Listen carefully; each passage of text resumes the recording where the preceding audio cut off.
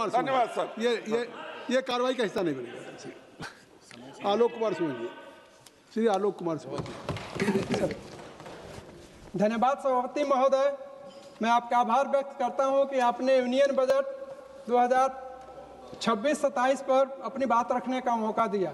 सबसे पहले मैं अपने माननीय प्रधानमंत्री श्री नरेंद्र मोदी जी और माननीय मुख्यमंत्री श्री नीतीश कुमार जी का आभार व्यक्त करता हूं और विशेष रूप से मैं अपने माननीय वित्त मंत्री श्री सीतारमण जी का आभार व्यक्त करता हूं, जिन्होंने कर्तव्य की नई शपथ के साथ अत्यंत जटिल वैश्विक परिस्थितियों, अंतर्राष्ट्रीय भू राजनीतिक तनाव और घरेलू विकासात्मक आवश्यकताओं को ध्यान में रखते हुए 3 कर्तव्य यानी वृद्धि, आर्थिक वृद्धि को गति देना, लोगों की आकांक्षाओं को पूरा करना और सबका साथ सबका विकास के मध्य एक संतुलित, दूरदर्शी और राष्ट्र को सर्वोपरि रखने वाले 53.45 लाख करोड़ का बजट प्रस्तुत किया, जिसमें हाई कैपेक्स और हाई ग्रोथ का समन्वय है और साथ साथ नए उभरती उद्योगों, सनराइज सेक्टर्स के लिए और उसकी बढ़ोतरी के लिए विशेष रूप से समर्थन है। यह एक बेहद अहम बात है महोदय। इस बजट के 6 स्तंभ आर्थिक वृद्धि के लिए विनिर्माण को गति, विकासों के आधार पर सुदृढ़ीकरण, जनहित से जुड़ी सुविधाओं पर जोर, विश्वास आधारित जनता को बढ़ावा, व्यापार और जीवन की सुगमता और राज्यों को अधिक वित्तीय सहायता देना है। अध्यक्ष माननीय सभापति महोदय, मैं सबसे पहले सरकार का आभार व्यक्त करूंगा, चूँकि यह बजट ऐसे प्रस्तुत किया गया है जिसमें केवल ये खर्च का दस्तावेज नहीं है, बल्कि ये नीति, नियत और दिशा स्पष्ट करता है। साथ साथ आशा, आत्मविश्वास और अवसर तीनों का समन्वय भी है। महोदय, मैं सबसे पहले सरकार द्वारा प्रस्तावित 12.2 लाख करोड़ की पूंजीगत व्यय की सराहना करना चाहता हूं, जो जीडीपी के 4.4% है।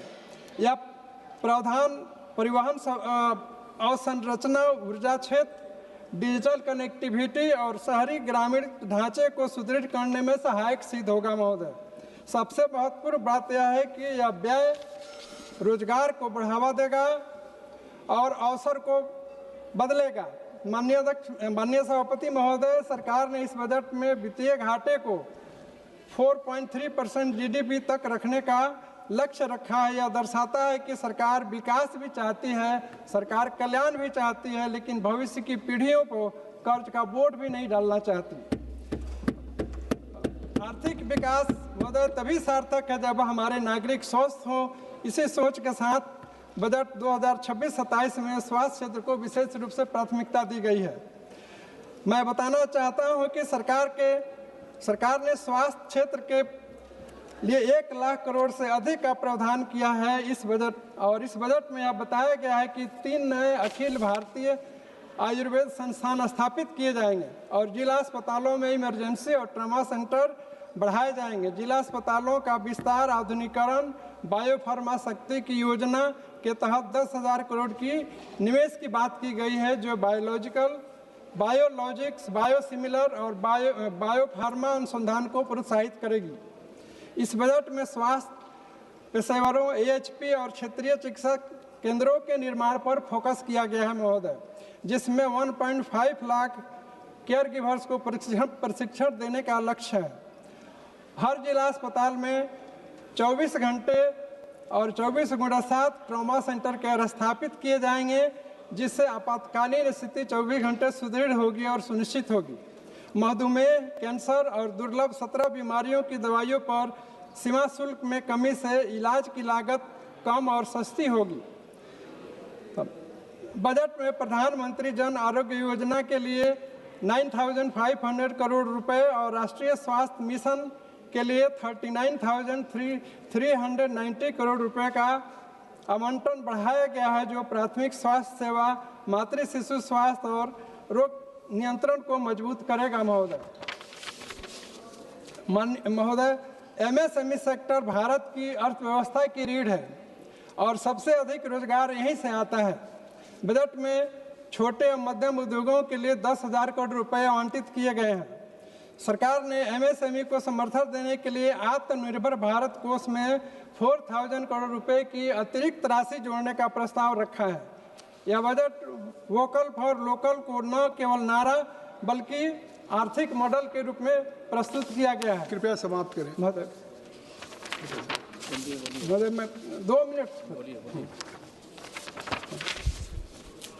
महोदय, मैं इस अवसर पर अपने माननीय वित्त मंत्री जी का ध्यान अपने संसदीय क्षेत्र गोपालगंज की तरफ आकृष्ट करना चाहता हूं, जहां एक सबिया एयरपोर्ट है और जो 2020 से ही उड़ान योजना में शामिल किया गया है, लेकिन अभी तक इसकी बिडिंग की प्रक्रिया नहीं हो पा रही है और आर्थिक संरचना नहीं तैयार हो पा रहे हैं, जिसके कारण परियोजना धरातल पर उतरने में विलंब की शिकार हो रही है। जबकि हमारी सरकार ने 149 हवाई अड्डे बना चुकी है। अतः महोदय,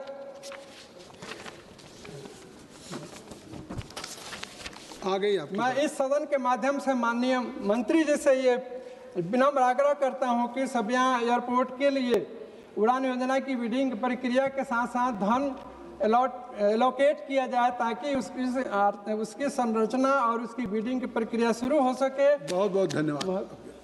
श्री राजकुमार धन्यवाद सभापति महोदय। श्री राजकुमार संगवान जी।